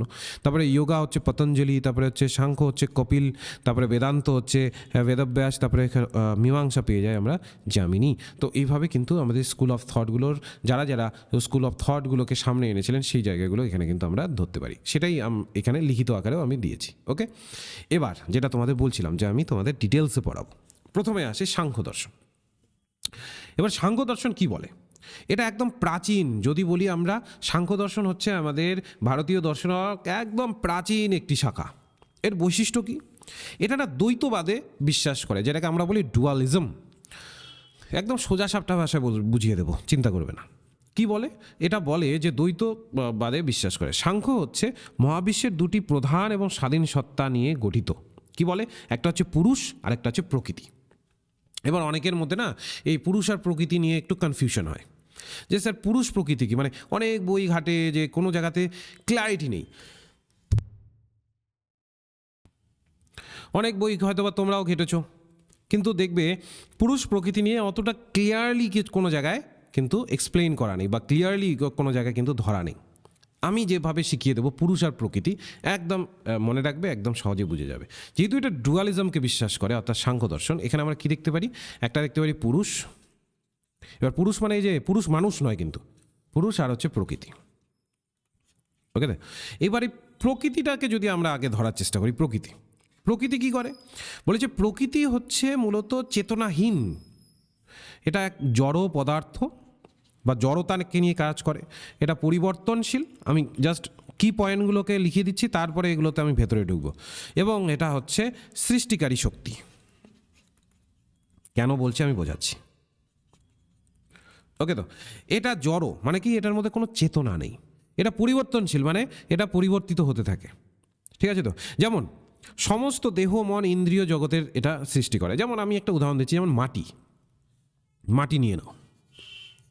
ঠিক আছে? তো এবার মাটি নিজেই কিন্তু, এর মধ্যে কিন্তু চেতনা নেই। মাটির কি কোনো চেতনা আছে? মানে মাটিকে তুমি যদি মাটির উপরে দাঁড়িয়ে যদি উপরে লাফাও, মাটি কি চিৎকার করে লাগছে, বা মানে আমার ব্যথা লাগছে, এবার কিছু বলে না? তার চেতন নেই তো, মাটির কোনো চেতন নেই, কিন্তু বা চেতনা নেই, কিন্তু ওই মাটিতেই কিন্তু তুমি দেখতে পারবে গাছ, ফুল, ফল সব সৃষ্টি হয়। ঠিক আছে? তো গাছ ওখান থেকেই উঠে আসে, ফুল, ফল, যাবতীয় কিছু, এই যে আমরা আমাদের জীবন যে অতিবাহিত করি, ওটা ওই মাটি থেকেই কিন্তু পাচ্ছি আমরা। সমস্ত শাক সবজি যা কিছু আছে মাটি থেকে, কিন্তু তার মধ্যে চেতনা কিন্তু নেই। কিন্তু সে কিন্তু আমাদের কি করছে? এটা পরিবর্তনশীলতার মাধ্যমে এটা কিন্তু সৃষ্টিকারী শক্তি হিসাবে সামনে আসছে, যেটা কিনা নতুন নতুন বিষয় সৃষ্টি করছে, ধারণ করছে। ঠিক তেমনি প্রকৃতি সব কিছু সৃষ্টি করে, কিন্তু নিজে সচেতন নয়। মাটি যেমন নিজে সচেতন নয়, কিন্তু সব কিছু সৃষ্টি করে দিচ্ছে আমাদের জন্য, তেমনি প্রকৃতিই হচ্ছে বলতে পারো যে এমন একটি সত্তা যেটা কিনা জড়, যার চেতনা নেই, কিন্তু সেটা নিজে সচেতন নয়, কিন্তু সমস্ত কিছু সৃষ্টিতে তার হাত রয়েছে। একদম সোজা সাপটা ভাষায় বুঝিয়ে দিলাম। বুঝতে পেরেছো? একটু জানাবে আমাকে, বোঝা যাচ্ছে? যারা ইউটিউবে দেখছো একটু কমেন্ট সেকশনে জানাও, বোঝা যাচ্ছে তো? বেশ, এবার আসি তাহলে পুরুষটা কি। পুরুষ মানে কি? পুরুষ মানুষকে বোঝাচ্ছে, এই যে আমি যেমন পুরুষ, অনেকের বাবা রয়েছে বা ভাই রয়েছে, দাদা রয়েছে, সেই পুরুষকে বোঝাচ্ছে না। পুরুষ হচ্ছে আমাদের চেতনাকে বোঝাচ্ছে। সাংখ্য দর্শনে পুরুষ কি? চেতনাকে বোঝাচ্ছে, যেটা কিনা যেই চেতনাটা অপরিবর্তনীয়, এটার কোনো পরিবর্তন হয় না, এটার কোনো পরিবর্তন হয় না। ঠিক আছে? তো এটা একটা সচেতন সত্তা, এটা অপরিবর্তনীয়, এটার কোনো পরিবর্তন হয় না, এটা নিষ্ক্রিয়, কেবল দেখে ও অনুভব করে। যেমন এটা একটা সহজ সোজা সাপটা একটা উদাহরণ দিচ্ছি, যেমন হচ্ছে সিনেমা হলে যখন তুমি ঢোকো। ঠিক আছে? তো দেখো সিনেমা দেখে কে? দর্শক নিজে কিন্তু কিছু করছে না, কিন্তু পুরো সিনেমা দেখছে এবং বোঝার চেষ্টা করছে। তেমনি পুরুষ সব কিছু উপলব্ধি করে। ঠিক আছে? এটা একটা সত্তা বা চেতনা যা সব কিছুকে উপলব্ধি করে, সব কিছুকে মূলত দেখে, কিন্তু সেটা নিষ্ক্রিয়, কোনো রকম হেরফের করে না। যেমন আমরা যখন সিনেমা দেখি, আমরা কি সিনেমাতে যা ঘটে যাচ্ছে, ধরে নাও যে একটা মানে যে কিনা হিরো আছে, সে ভিলেনের দ্বারা প্রচুর মার খাচ্ছে। এবার আমি কি ওখানে সিনেমাতে চেঞ্জ করে দিতে পারবো যে না ভিলেন মারবে না? ওটাকে চেঞ্জ করে দিতে পারবো না? যা ঘটছে কোনো কিছু করতে পারবো না, কিন্তু হ্যাঁ মানে যেটা যেমনভাবে চলছিল অমনভাবেই চলবে, জাস্ট দেখছি, বুঝছি। এবং আমি যে কিনা দর্শক, আমি কি সচেতন নই? আমি সচেতন তো, আমার মধ্যে চেতনা আছে, আমি অ্যানালাইসিস করার ক্ষমতা আছে, কিন্তু সিনেমাটা যেমনভাবে দেখাচ্ছে ওইভাবে দেখছি এবং বোঝার চেষ্টা করছি। তেমনি পুরুষও সব কিছু উপলব্ধি করে, কিন্তু সেটাকে পরিবর্তন করে না, এর জন্য এটা হচ্ছে অপরিবর্তনীয়। এই ডুয়ালিজমকে কিন্তু সাংখ্য দর্শন বিশ্বাস করে। ঠিক আছে, এবার ধরে নিচ্ছি আমি যদি তোমাদের বলি, ধরে নাও বাতি আর আলো, এই দুটোর মধ্যে কোনটা প্রকৃতি আর কোনটা পুরুষ বলো তো দেখি, বলো তো, লিখে জানাও তো দেখি, ধরতে পারো কিনা। ধরে নাও আমি বললাম বাতি ও আলো, তাহলে এটার মধ্যে কোনটা পুরুষ আর কোনটা প্রকৃতি, বাতি আর আলোর মধ্যে? বাতি তো নিশ্চয়ই দেখেছো, গ্রামের যারা রয়েছে তারা সবাই বাতি সম্পর্কে জানো। কি হবে? ততক্ষণ আমি এটা মোছার চেষ্টা করছি। যারা ইউটিউবে দেখছো কমেন্ট সেকশন কমেন্ট করে জানাও তো, বাতি আর আলোর মধ্যে কোনটা পুরুষ আর কোনটা প্রকৃতি। একটু মাথা খাটাতে হবে, মানে জাস্ট মুখস্থ করলে হবে না, তাই না? একটু মাথা খাটাতে হবে। বাতি কি? বাতি হয়ে যাবে প্রকৃতি, যেটা কিনা জড়ো, যেটা কিনা আলো সৃষ্টি করছে। সে সচেতন নয়, কিন্তু সবাইকে আলোকিত করছে, তার দিয়েই সব কিছু আলোকিত হচ্ছে। ঠিক আছে, আর আলো, ঠিক আছে, আর আলোটা কিন্তু পুরুষ। ঠিক আছে, কারণ আলো না থাকলে কিছুই দেখা যায় না। হ্যাঁ, তো ওর হাতে কিছু কন্ট্রোল নেই, প্রকৃতি কাজ করে, পুরুষ সেই কাজকে চেতনভাবে উপলব্ধি করে জাস্ট। বুঝতে পারলে তো? তো এই হচ্ছে প্রকৃতি আর পুরুষ কিন্তু আমরা এখানে পেয়ে যাই। এরপরে আরেকটা দর্শন পেয়ে যাচ্ছি আমরা, যোগা দর্শন। যোগা দর্শন কি বলে? বলছে যোগ দর্শন বা যোগা দর্শন সাংখ্য দর্শনের সাথে অনেকটা মিল এটার দেখতে পারি আমরা। অনেকে একে সাংখ্য দর্শনেই একটা শাখা মনে করে। ঠিক আছে, সাংখ্যের সাথে এর প্রধান পার্থক্য যদি বলি, যোগ দর্শন এটা কি করে বলো তো, এটা না ব্যক্তিগত ঈশ্বরকে, পার্সোনাল গডকে বিশ্বাস করে, ব্যক্তিগত ঈশ্বরকে বিশ্বাস করে। বুঝতে পারলে তো? তাহলে এটা কিসের উপরে বিশ্বাস করে? এটা হচ্ছে ব্যক্তিগত যে গড আছে সেই জায়গাটাকে বিশ্বাস করে, বা ব্যক্তিগত ঈশ্বর যে আছে সেটাকে বিশ্বাস করে। এর মূল কাজ কি? এটি মূলত যোগ সাধনা বা শরীর বা মনের অনুশীলনের উপরে গুরুত্ব দেয়। যোগ সাধনার উপর গুরুত্ব দেয়, তারপর শরীরের অনুশীলন বা মনের অনুশীলন, এগুলোর উপরে এই যোগা দর্শন কিন্তু গুরুত্ব দেয়। এরপরে আরেকটি পেয়ে যাবো আমরা, ন্যায়। ন্যায়শাস্ত্র কী বলে বা ন্যায় দর্শন কী বলে? ন্যায় দর্শন মূলত যুক্তি আর এপিস্টোমোলজি, অর্থাৎ লজিক আর এপিস্টোমোলজি, এই দুটোর উপরে বেস করে কিন্তু চলে। ঠিক আছে, তো ন্যায় দর্শন কী নিয়ে কাজ করে? এটা হচ্ছে যুক্তি, লজিক আর হচ্ছে আমাদের এপিস্টোমোলজি নিয়ে কাজ করে। বেশ, তো এটা কিছু প্রামানাসের উপরে বিশ্বাস করে। প্রামানাস মানে কি? সঠিক জ্ঞান লাভের উপায়কে আমরা প্রামানাস বলি।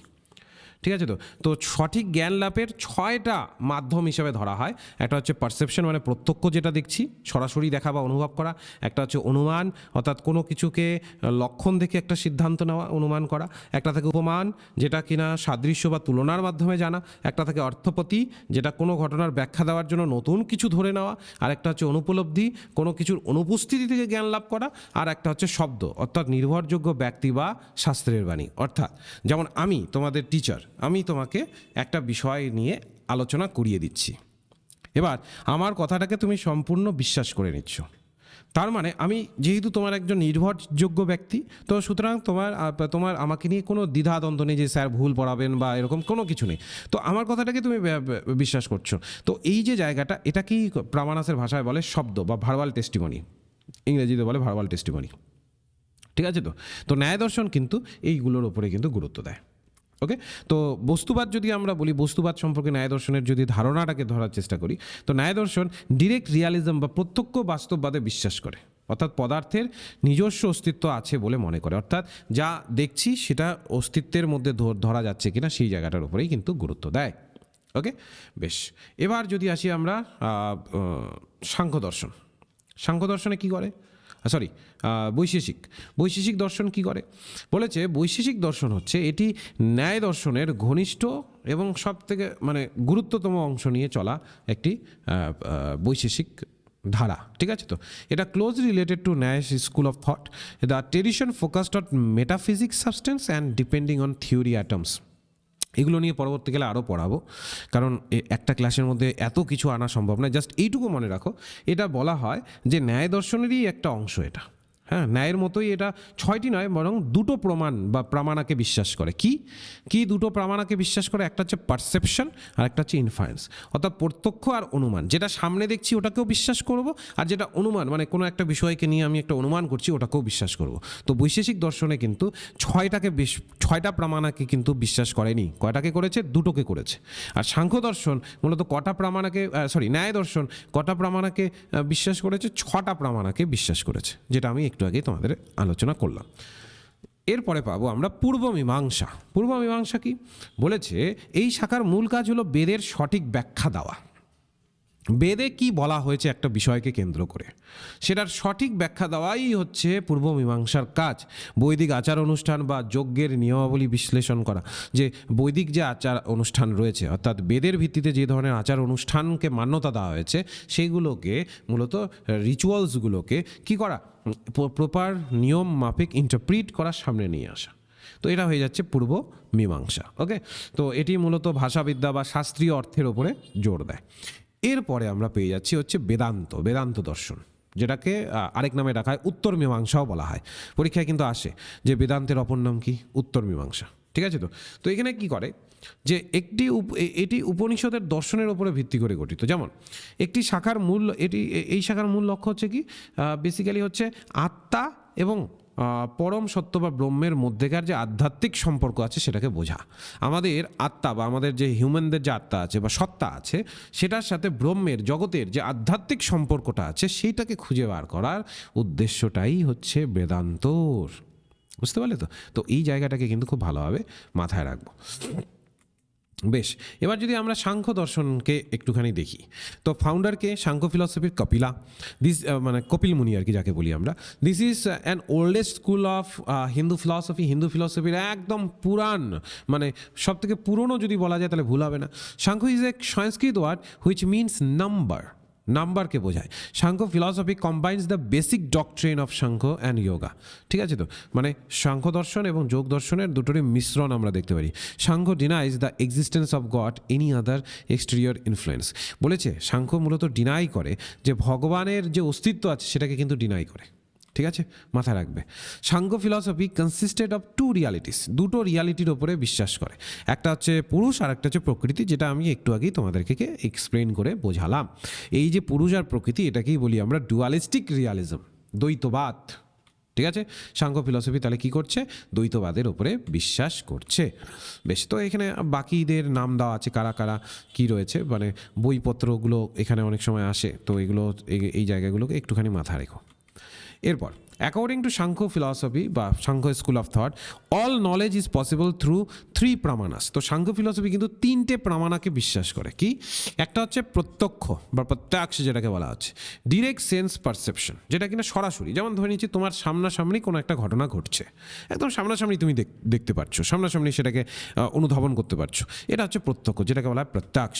ওকে, একটা থাকে অনুমান, যেটা কিনা তুমি সামনাসামনি দেখোনি কিন্তু হ্যাঁ যুক্তি দিয়ে তুমি ওটাকে অনুমান করে বোঝার চেষ্টা করছো যে হ্যাঁ এমন হয়তো বা হলেও হতে পারে, এইটাকে বলা হচ্ছে অনুমান, যেটাকে বলা হয় লজিক্যাল ইনফারেন্স।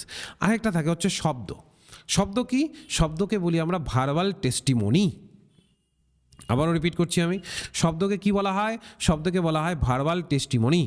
অর্থাৎ শব্দ বলতে এক কথায় বোঝায় ভার্বালি, যখন আমরা কোনো কিছু অন্যের কাছ থেকে শুনি। যেমন আমি একটু আগে তোমাদেরকে এক্সপ্লেন করলাম না যে আমার কাছে তোমরা ক্লাস করছো, আমার কথা শুনছো এবং আমার উপরে বিশ্বাস করে মূলত এই জায়গাগুলোকে নোট ডাউন করছো। তো এই যে বিশ্বস্ততা বা বিশ্বাসের জায়গা, এটা কোথা থেকে এসেছে? আমার থেকে এসেছে তোমাদের, তাই তো? তো তার মানে আমি সেই ক্ষেত্রে সমস্ত যা বলছি তার জন্য আমি দায়ী। তো এই জায়গাটা মূলত এখানে সাংখ্য দর্শন বিশ্বাস করে যে কোনো একজন গুরুজনের কাছ থেকে যদি কোনো বক্তব্য শোনা যায় তাহলেও ওটা একটা ভ্যালিড নলেজ, ওটাও একটা সঠিক নলেজ। কারণ গুরুজনরা তো কোনোদিনও মিথ্যা কথা বলবে না, তাই না? বা ভুল কিছু করার চেষ্টা করবে না। এবার পুরুষ তো আমি তোমাদেরকে বোঝালামই, একদম সোজা সাপটা দিয়ে বুঝিয়েছিলাম। তো এখানে সেই পুরুষটা কি, পুরুষ আর প্রকৃতি এখানে মূলত দেওয়া আছে। ওকে, আমি তো সোজা সাপটা দিয়ে তোমাদেরকে বুঝালামই। ওকে, আচ্ছা, এখানে আমি এক্সাম্পলটা দিয়েছিলাম। এবার মেটাফিজিক্সের ভিত্তিতে যদি দেখি, এটা দুটো ক্যাটাগরিজ আছে, পুরুষ আর প্রকৃতি। তো পুরুষ আর প্রকৃতি যেটা আমি তোমাদের বোঝালাম ওটাই এখানে বারবার কোনো কারণে আছে। ওকে, এবার আমাদের যেটা ইম্পর্টেন্ট সেটা হচ্ছে থিওরি অফ কজেশন। দেখো সাংখ্য ফিলসফিতে কজেশন ইজ নোন অ্যাজ, হ্যাঁ কী বলছে, সত্যকার বেদ। ঠিক আছে, তো এটা কি বলছে? It explain effect existence is material cause prior of is production. যেমন একটা ছোট্ট উদাহরণ দিচ্ছি, তাহলে উদাহরণ দিলেই বুঝতে পারবে। যেমন ধরে নাও দই, curd was existence is milk before comes it existence, hence the effect is not real beginning of the new creation, this also known as the parinamavada. ঠিক আছে, তো এটা যেটা বলে থিওরি অফ কজেশন বলে যে যেটা হচ্ছে সেটা অলরেডি আগের থেকে মানে ওই বিষয়ের সাথে ইনভলভ ছিল। যেমন দই, দই আমরা পাচ্ছি দুধ থেকে, দুধের মধ্যে দইয়ের বৈশিষ্ট্য ছিল বলেই তো পাচ্ছি। যদি দুধের মধ্যে দইয়ের বৈশিষ্ট্য না থাকতো তাহলে দইকে কি আমরা পেতাম? তো এটাই বলছে থিওরি অফ কজেশন। ঠিক আছে, তো যে আগের থেকেই সেটা রয়েছে তার জন্যই আমরা আছি। কোনো ব্যক্তির মধ্যে হয়তো বা দেখলে, ধরে নিচ্ছি এখন তোমরা যথেষ্ট বড় হয়েছো, ধরে নাও কোনো একজন ব্যক্তিকে তুমি বিয়ে করলে, ভালোভাবে বোঝো, কোনো একজন ব্যক্তিকে তুমি বিয়ে করলে, ঠিক আছে, বিয়ের আগে হয়তো বা সে দেখলে যে খুব ভদ্র, খুব শান্তশিষ্ট, বিয়ের পরে দেখলে জ্বালাতন শুরু করলো, যে কোনো হতে পারে, পুরুষ মহিলা যে কেউ হতে পারে। এবার তুমি ভাবছো যে না ও তো ভালো ছিল, কারণ পরিবর্তন হয়ে গেল। না, ওর মধ্যে ওই গুণগুলো আগের থেকেই ছিল, তুমি ওই সময় ধরুন দেখতে পারো নি, ওই গুণগুলো ছিল বলেই তো এখন ওটা প্রভাব, মানে তার থেকে সেই জায়গাগুলো আসছে। তো এটাই বলছে থিওরি অফ কজেশন। ঠিক আছে, তো এটা কিন্তু বিশ্বাস করা হয়। ওকে, তো এই হচ্ছে আমাদের আজকের যেটা আমি তোমাদের টপিকটাকে বোঝালাম। তার মধ্যে একটা ছোট্ট অংশ মূলত বাদ পড়ে গেল, সেটা হচ্ছে প্রকৃতি। দেখো, প্রকৃতি বলে যে আমাদের না কতগুলো গুণ আছে, আমাদের প্রত্যেক হিউম্যানদের মূলত 3 এসেনশিয়াল ক্যারেক্টারিস্টিক্স আছে, যেগুলোর মাধ্যমে নির্ধারিত হয় ব্যক্তিটি ভালো খারাপ বা যে ধরনের বিষয়ের মধ্যে থাকবে। যেমন একটা হচ্ছে সত্য, রজস আর তমস। সত্য কোনটাকে বলা হয়? যেখানে কিনা একদম ফাইননেস থাকবে, লাইটনেস থাকবে, ইলুমিনেশন থাকবে, জয় থাকবে, অর্থাৎ যে কিনা একদম ধ্যান মগ্নতায় থাকবে, যার মধ্যে আমরা পজিটিভনেস পাবো, পিস পাবো, তার মধ্যে ক্ল্যারিটি পাবো, হারমোনি থাকবে, একটা জীবনের একটা ব্যালেন্স থাকবে। সেটা তার মানে কি, সেই ব্যক্তি হচ্ছে সত্য গুণধারী হলো। আরেকটা পাই আমরা রজস, যেটার মধ্যে আমরা ডাইনামিজম দেখতে পারি, অ্যাক্টিভিটি, তারপরে এক্সাইটেশন অ্যান্ড পেইন দেখতে পাচ্ছি। রজস গুণ যার মধ্যে থাকবে, তার মধ্যে দেখবে প্রতিনিয়ত মুভমেন্ট থাকবে, তার মধ্যে অ্যাক্টিভিটি, অন্য ধরনের কিছু অ্যাক্টিভিটি করবে, হ্যাঁ, এনার্জি থাকবে, এক্সাইটমেন্ট থাকবে, প্যাশন থাকবে, সে তো থাকবেই, কিন্তু তার সাথে পেইনও থাকবে। এটা হচ্ছে রজস গুণ। আর এটা হচ্ছে তামাস, যেটার মধ্যে ইনার্টিয়া বা কর্সনেস, তারপরে হচ্ছে হেভিনেস, তারপরে হচ্ছে অবস্ট্রাকশন বা সৌদ, এরকম থাকবে। তামাস গুণের ব্যক্তিরা কি হবে? তারা মূলত অ্যাক্টিভিটি হবে না, মানে কোনো কাজ করতে চাইবে না, বসে বসে থাকবে, বসে বসে জীবন কাটাবে, সবসময় নেগেটিভ ভাববে যে এটা হলো না আমার, তার মানে আমার দ্বারাই হবে না, আমি এটা করতে পারবো না, এবং নিজেকে ওই হিসাবে ছেড়ে দেওয়া। ঠিক আছে, তাই অ্যাপিথি থাকবে, ডালনেস থাকবে, কোনো কিছুকে সহজভাবে না নেওয়া, ডাল ওয়েতে সমস্ত কিছুকে অ্যানালাইসিস করা। তো এই ধরনের জায়গাগুলো কিন্তু আমরা এই 3টে গুণের সমন্বয় কিন্তু আমরা এখানে দেখতে পারি। ঠিক আছে, তো প্রকৃতিতে প্রকৃতির যখন বিষয়গুলো নির্ধারিত হয়, তখন এই 3টে গুণের মাধ্যমেই কিন্তু সেগুলো নির্ধারিত হয়। তো এই জায়গাটুকুকে একটু ভালোভাবে মাথায় রেখো। ওকে, বেশ, এই হচ্ছে আজকের ক্লাস, যেখানে কিনা আমি কি এক্সপ্লেন করলাম একটু তোমাদের সামারাইজ করে দিই পুরো বিষয়টা, যারা ধরতে পারছো না। আমি আজকে তোমাদের এক্সপ্লেন করলাম হচ্ছে ভারতীয় যে দর্শন শাস্ত্র আছে সেটাকে একদম শুরু থেকে শুরু করলাম, যেখানে আমি দেখালাম যে এডুকেশনাল স্টাডিজ যে আমাদের চ্যাপ্টারটা আছে, এটার মধ্যে যে দর্শন শাস্ত্র আছে সেটার মধ্যে কী কী আছে, ফিলসফির মানেটাকে আমরা বুঝলাম, ফিলসফি কী কী দেখবে, কারণ এগুলো থেকেও প্রশ্ন আসে। তারপরে আমরা দেখলাম ব্রাঞ্চেস অফ ফিলসফি, কোনগুলো নিয়ে আমাদের চর্চা করতে হবে সেটাকে আমরা দেখলাম। তারপরে আমরা ব্রাঞ্চেসের মধ্যে থিওলজি, অন্টোলজি, কসমোগনি এগুলো পেয়ে গেলাম। তারপরে এগুলোর এক্সপ্লেন করলাম। তারপরে আমরা এখানে ইন্ডিয়ান ফিলসফিতে ঢুকে গেলাম। ইন্ডিয়ান ফিলসফিতে আমরা দুটো ভাগ পেলাম, অর্থোডক্স আর হচ্ছে হেটেরোডক্স। এবং এই অর্থোডক্সের মধ্যে আমরা যা কিছু আছে সেই জায়গাগুলোকেও এখানে আমরা এক্সপ্লেন করলাম। হেটেরোডক্সের মধ্যে যা যা আছে সেগুলোকে আমরা আজকে পড়ার সময় পেলাম না, সেগুলোকে পরবর্তীকালে পড়বো। অর্থোডক্সটাকে আমরা কিন্তু আজকে কমপ্লিট করলাম। ঠিক আছে, তো এবং তার সাথে সাথে প্রামানাসগুলোকে বোঝার চেষ্টা করলাম। তার সাথে সাথে আমরা প্রকৃতি আর পুরুষ যে ডুয়ালিজমের ওপরে বিশ্বাস করে, সে ডুয়ালিজমকেও কিন্তু সহজ সোজা সাপটায় ধরার চেষ্টা করলাম। ঠিক আছে, বেশ, এবার যেটা একটু বলার সেটা হচ্ছে এই যে ব্যাচটা আমাদের, সেটা কিন্তু 30 তারিখ থেকে শুরু হচ্ছে। ওকে, একদম 30 তারিখ ডট, অর্থাৎ পরশুদিন থেকে আমাদের শুরু হয়ে যাবে। ঠিক আছে? তো একদম যেভাবে পরীক্ষায় প্রশ্ন আসে সেই অনুসারেই পুরোটা থাকবে। আর 6 মাসে আমরা সিলেবাস কমপ্লিট করব এবং 6 মাস কিন্তু ফ্রি থাকবে। তোমাদের অফার আছে, যেটা আমি তোমাদের গ্রুপেও বলেছিলাম, যে 6 মাসের মধ্যে সিলেবাস কমপ্লিট হয়ে যাবে এবং বাকি 6 মাস ফ্রি থাকবে, অর্থাৎ 12 মাস ধরে কোর্সটাকে তোমরা অ্যাক্সেস করতে পারবে। অর্থাৎ এখন যদি তোমরা অ্যাডমিশন নাও, তাহলে সেই ক্ষেত্রে এই যে সামনের যেটা জুন জুলাইয়ের নেট আছে সেটা তো দিতেই পারবে, তার সাথে সাথে যেটা ধরে নাও ডিসেম্বরের যে নেট এবং সেট দুটো আছে সেটাতেও কিন্তু এখানে তোমরা যুক্ত হতে পারবে। ঠিক আছে? তো যেভাবে পরীক্ষায় এখন প্রশ্ন আসছে, যেভাবে বিষয়গুলো আসছে সেই অনুসারেই পড়াবো। একদম বাংলা ইংলিশ দু ভাষাতেই নোট থাকবে, প্রত্যেকটা ক্লাস হবে, তার সাথে সাথে নোট পেয়ে যাবে। আর শুধুমাত্র দায়সারাভাবে কাজ হবে না, একদম লাইভ ক্লাসে পড়িয়ে সেই অনুসারে সেগুলোকে কিন্তু তোমাদেরকে প্রোভাইড করে দেওয়া হবে। ওকে? তো আর 1 ঘন্টা 1.5 ঘন্টা নয়, 2 ঘন্টার কিন্তু ক্লাস থাকবে, এক্সট্রা ক্লাসেসও থাকবে। আর আমি তোমাদের রেজাল্ট স্যার একদম নিজে থেকে মানে বিষয়গুলোকে সপ্তাহে সপ্তাহে কাউন্সিলিং করব, সেই অনুসারে তোমাদেরকে পুরো সিলেবাসটাকে কমপ্লিট করিয়ে দেবো। যতই কঠিন টপিক থাক, একদম সোজা সাপটা ভাষায় বুঝিয়ে সেখান থেকে কোন কোন টার্মিনোলজিগুলোকে আমাদের বুঝতে হবে সেইগুলোকে ধরিয়ে দিয়ে সেই অনুসারে করব। ঠিক আছে? যেমনটা আমি আজকে তোমাদের পুরুষ আর প্রকৃতিকে বোঝালাম, কোনো বইয়ে এত সোজা সাপটায় পাবে না, কিন্তু আমি তোমাদেরকে সেটা কিন্তু খুব সহজে ধরিয়ে দেওয়ার চেষ্টা করলাম। এগুলোর জন্য নলেজ দরকার হয়, পড়তে হয়। তো তোমাদের জন্য আমি পরিশ্রম করছি, তো চেষ্টা করো তোমরাও সেই পরিশ্রমের অংশীদার হওয়ার। তো সবাই ভালো থেকো। মান্থলি ফিস দিতে পারবে যারা যারা ইচ্ছুক রয়েছো, তারা চেষ্টা করো আমাদের যে 9064253244 যে হোয়াটসঅ্যাপ নম্বরটি আছে, এখানে মেসেজ করে যদি তোমার মনে হয় যে না স্যারের কাছে পড়ে আমি পেপার 2টাকে ভালোভাবে আয়ত্ত করে নিতে পারবো, তাহলে অবশ্যই স্বাগত, এখানে তোমরা যোগাযোগ করতে পারো। আবারও বলছি, অফারটা কিন্তু শুধুমাত্র আমাদের 30 তারিখ পর্যন্তই আছে। কি 6 মাসের সিলেবাস কমপ্লিট হবে এবং 6 মাস কিন্তু একদম ফ্রি থাকবে, অর্থাৎ টোটাল 12 মাস, মানে 1 বছর ধরে কোর্স অ্যাক্সেস করতে পারবে। ঠিক আছে? তো আজকে এই পর্যন্তই রাখলাম। আশা করি সবার ভালো লেগেছে ক্লাসটি। যদি কোনো জায়গায় কনফিউশন থাকে অবশ্যই দেখবে ইউটিউবে আপলোড হবে, ইউটিউবের কমেন্ট সেকশনে জানিয়ে দেবে, আমি সেটাতে মূলত রিপ্লাই দিয়ে দেওয়ার চেষ্টা করব। গুড নাইট সকলকে।